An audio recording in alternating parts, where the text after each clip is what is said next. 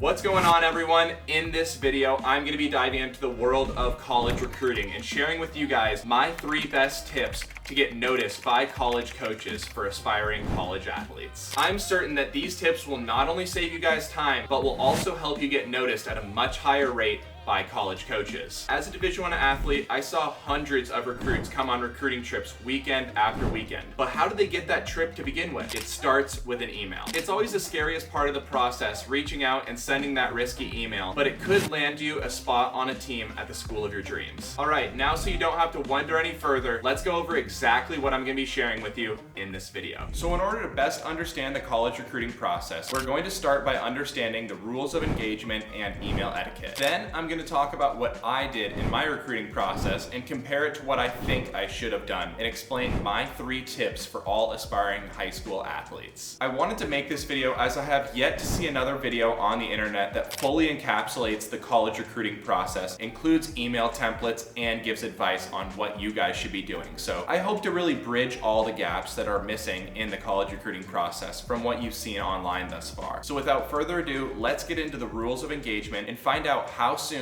you can begin using these tips. All right, before we start blindly going and sending emails, let's make sure we're not breaking any NCAA rules. So as a high school athlete, you are allowed to reach out to college coaches at any time. Just don't expect a response back until June 15th of your sophomore year. Due to new NCAA rules, they moved up the time frame in which college coaches could start engaging with high school athletes from September 1st of your junior year to June 15th of your sophomore year. This now allows a sophomore going into their junior year to have the whole summer to reach out, contact college coaches, and start beginning dialogue. Back when I was getting recruited, the rule was that college coaches could not reach out to you until July 1st going into your senior year. So there's been a lot of changes that have been made even since I was recruited to swim in college. It's good before sending an email to sit down and think about what the goal of this email is. What do I want this college coach to respond with? In most cases, the goal of this email is for you to reach out to a college coach and them to respond and offer you an official visit or a spot on their swim team. Now, it's important to check in with each coach as not every university has a recruiting trip option and not every school can guarantee you academic admission. Take the Ivy League, for example. They have to go through a long process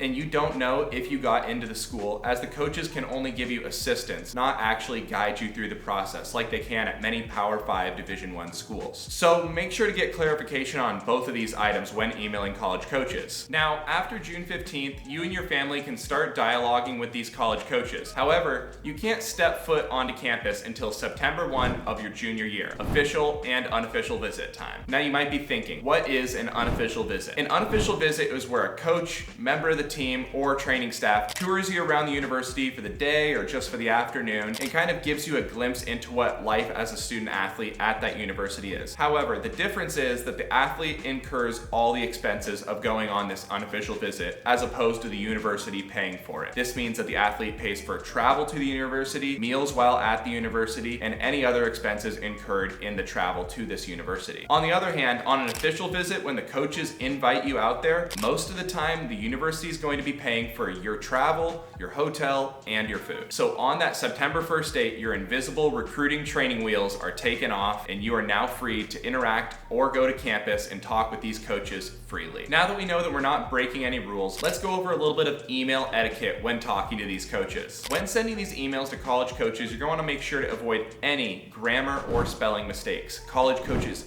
hate grammar mistakes and it looks super unprofessional. The next thing I would stay away from is crazy subject lines. If a college coach gets some crazy subject line like, "I'm the #1 recruit, here's why you gotta get me today," I don't think they're gonna open that email. Make sure that your subject line in your email is professional and gets straight to the point. To go above and beyond and make sure that you have proper etiquette in these emails, start every email with "Dear Coach," last name, not their first name. You're not their friend right now. And then finish all of them with "sincerely" or "best."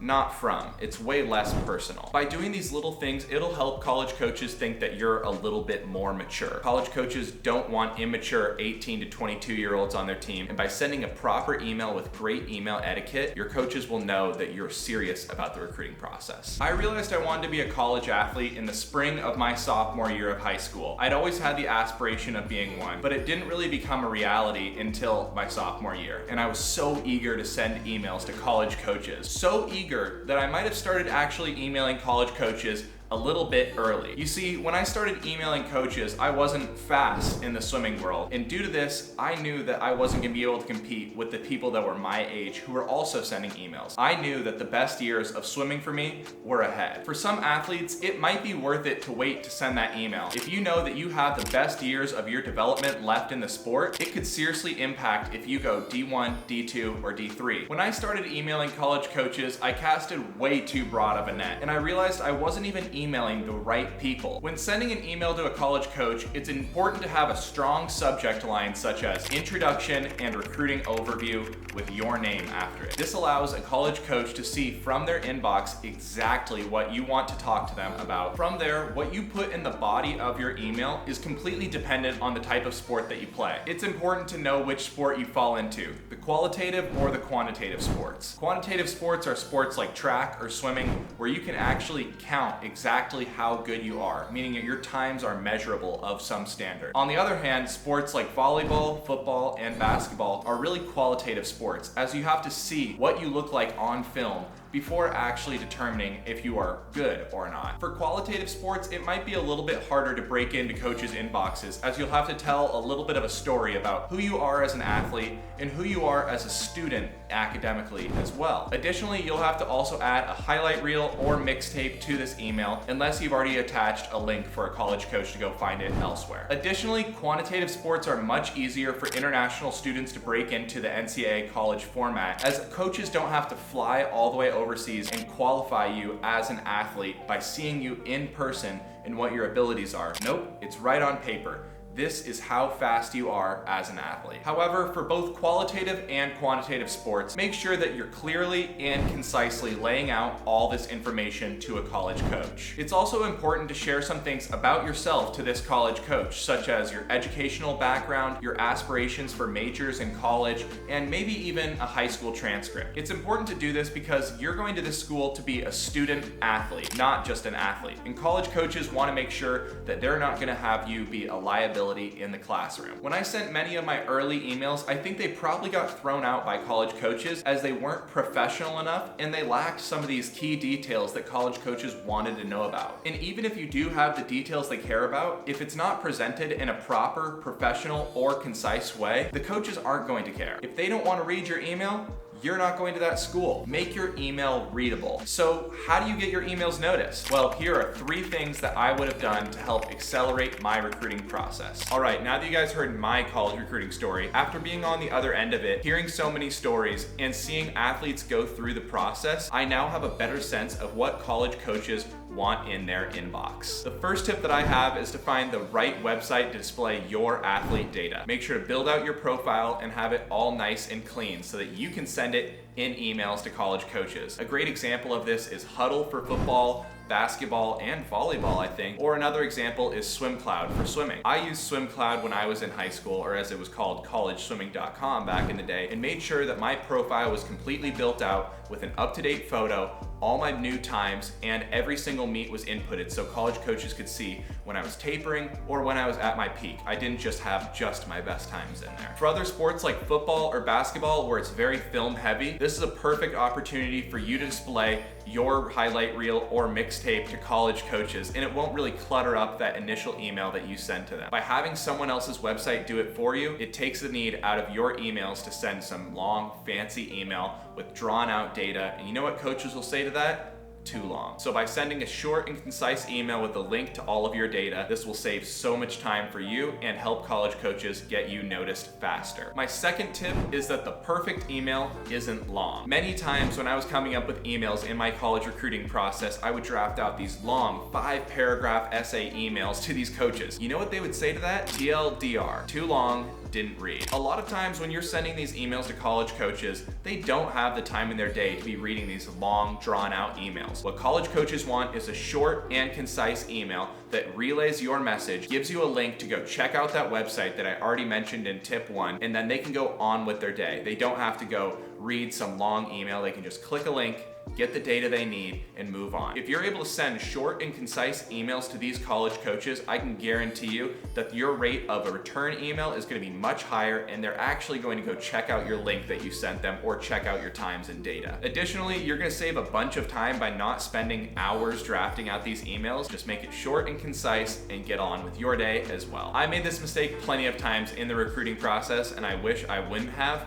But that brings me to my next point. Who should I have been emailing? Because I was emailing head coaches, and let me tell you, that was the wrong idea. Tip number 3 is target the assistant coach. When I was emailing all of these coaches, I was thinking about it all wrong. Who at the end of the day was going to be opening these emails and doing the recruiting process? It was most likely going to be the assistant coach. Head coaches are really focused on day-to-day operations of the team, making practices for their team, and looking at the schedule. Whereas the assistant coach is really focused on the future of the team. They're looking at the recruiting process and how they can better the team in the long run, while also focusing on those main objectives like practices, etc. With head coaches too busy, it's super imperative that you email the assistant or the associate coach. So many times athletes will reach out to the head coach and really expect a response instantly. No, that's not the case. Even if they're going to respond to you at all, they have tons of stuff going on in their life, and it's really not going to be easy for them to respond. An assistant or an associate coach has less experience and thus feels the need to work their way up the totem pole and is going to reach back out to you as a recruit instantly, or much quicker than a head coach would. This isn't to say that the head coach is never going to respond to your email, as I even got some responses back, many of them saying to just go email the assistant coach. But especially at the D2 and D3 level, they don't have as much of a coaching staff built out, and so sometimes the head coach will be the one who you're corresponding with